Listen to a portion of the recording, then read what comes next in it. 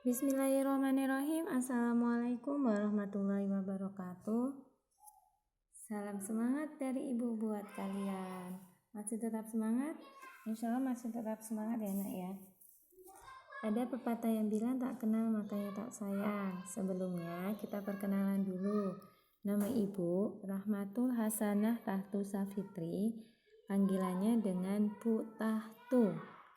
Ibu sebagai pengampu pelajaran geografi ya, jadi ibu yang mengajar pelajaran geografi di kelas 10. Itu saja perkenalan dari ibu. Untuk selanjutnya perkenalan tentang apa sih sebenarnya geografi, karena ibu nggak mau nanti kalian sudah mengenal ibu tapi belum mengerti sebenarnya geografi itu apa. Sebenarnya geografi itu sudah kalian pelajari di pelajaran SMP ya nak, di pelajaran IPS pada waktu kalian SMP. Nah, kita mulai ya di bagian pertama, pengenalan geografinya. Geografi berasal dari dua kata, yaitu geo dan grafien. Geo berarti bumi, grafien berarti tulisan atau gambaran. Jadi secara umum geografi adalah ilmu yang mempelajari atau mengkaji segala fenomena yang ada di permukaan bumi. Nah, fenomenanya apa aja? Bisa kalian lihat di sini. Tuh, sudah ada gambarnya. Fenomena kependudukan. Itu contohnya yang sudah ada di perjalanan ya di kota besar. Contohnya kita juga termasuk. Fenomena persebaran fauna. Wow, gambarnya. Keren ya gambarnya ya. Ini salah satu contoh faunanya.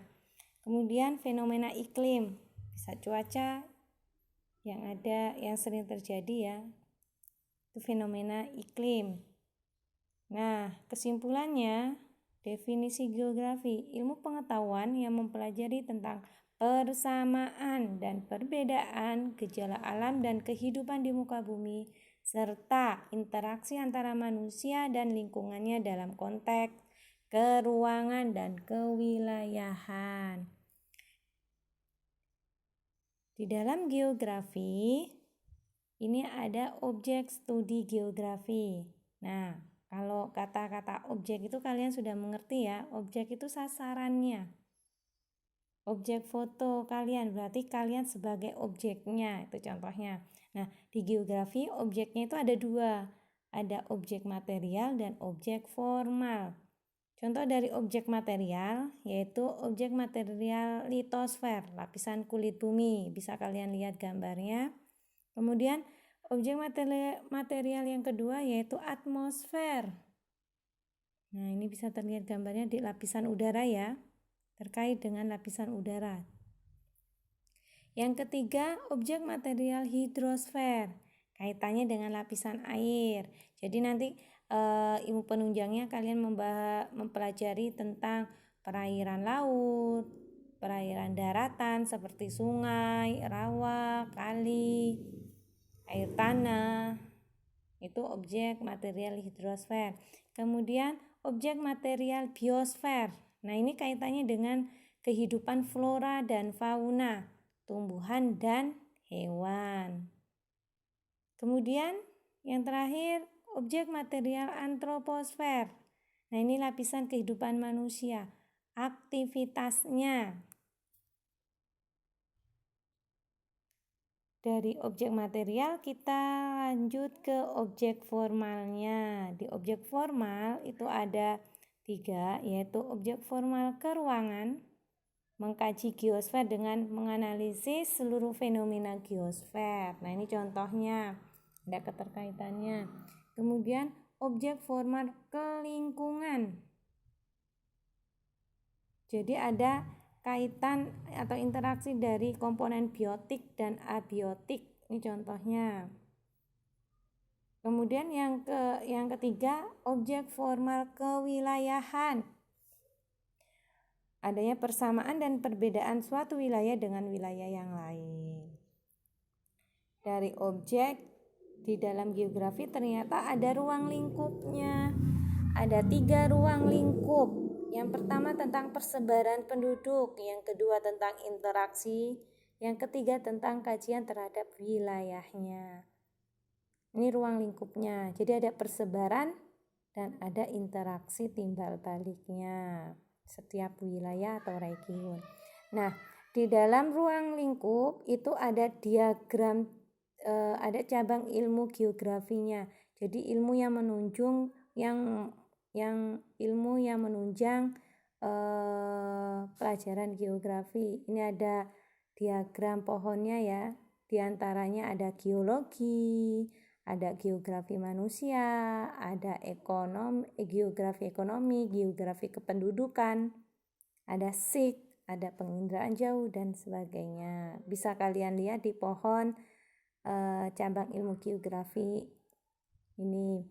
Kemudian selain adanya objek, ruang lingkup, kemudian ada cabang ilmu geografinya. Di dalam geografi juga ada yang namanya konsep. Nah, konsep geografi. Kalau kalian memiliki konsep hidup, di geografi juga memiliki konsep geografi. Nah, ini pengertian dari konsep geografi.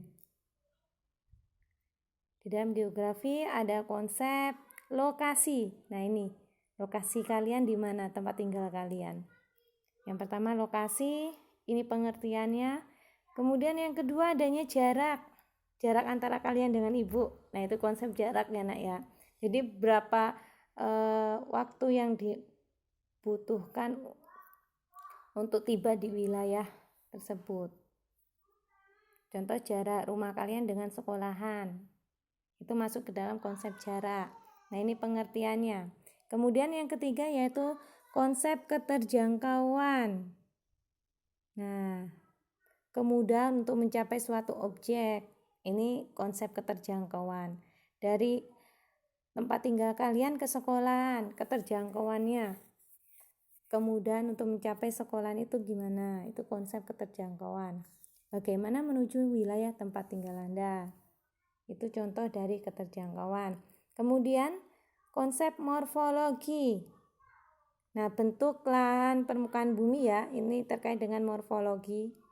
Ini pengertiannya dan ini contohnya. Kemudian lanjut ke konsep interaksi dan interdependensi. Adanya interaksi. Contohnya interaksi antara desa dan kota.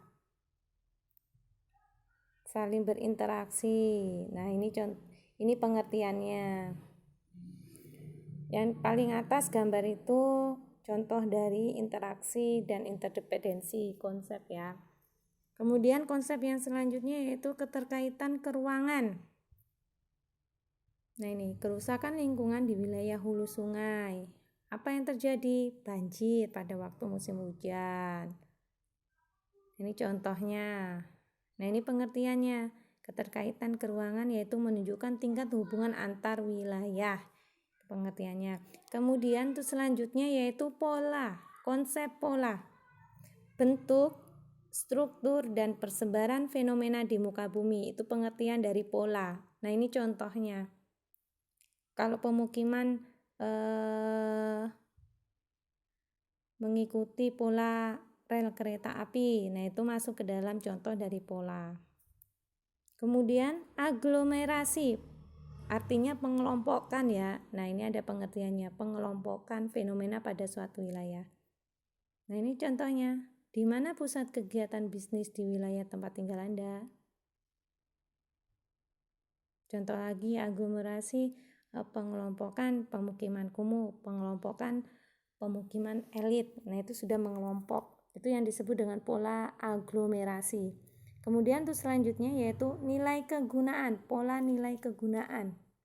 Pengertiannya ini contohnya, apakah fungsi wilayah tempat tinggal Anda? Nah, ini apakah sebagai objek pariwisata? Selanjutnya diferensi area. Ini terkait dengan kondisi alamnya ya. Contohnya penduduk di sekitar pantai berprofesi sebagai nelayan. Nah, ini sudah ada gambarnya. Kemudian bawahnya ini sebagai pengertiannya. Itu ada 10 konsep geografi. Nah, selain konsep geografi, kita mempelajari tentang pendekatan geografi. Apa itu pendekatan geografi? sudut pandang untuk mengkaji fenomena geografi dari topik tertentu yang menjadi perhatian. Jadi yang menjadi titik fokus objeknya ya.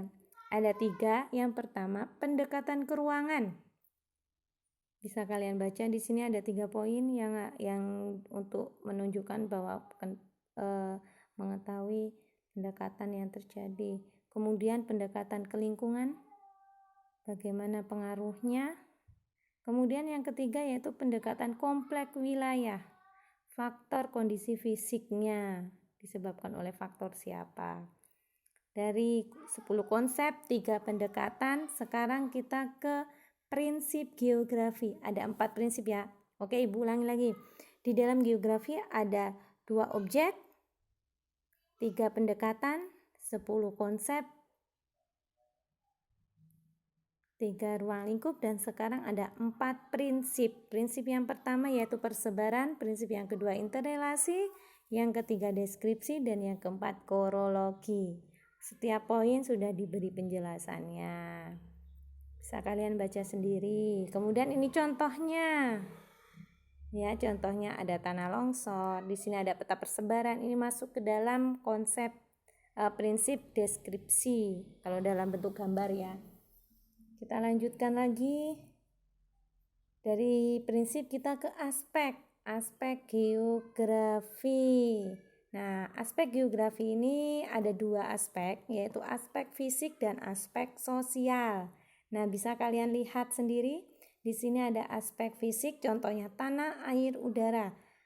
Tanah itu litosfer, udara itu atmosfer, dan air itu hidrosfer. Ini contohnya sudah ada. Kemudian aspek sosial. Aspek sosial ini aktivitas manusianya. Ya, aktivitas manusia dengan alam sehingga menghasilkan sesuatu. Inilah materi geografi dalam dasar pengenalannya.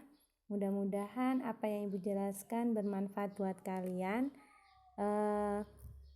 Kalau ada yang belum lengkap bisa kalian lihat di buku paket ya nak ya, itu sudah ada penjelasannya, dan mudah-mudahan ini bermanfaat buat kalian. Ibu akhiri, wassalamualaikum warahmatullahi wabarakatuh.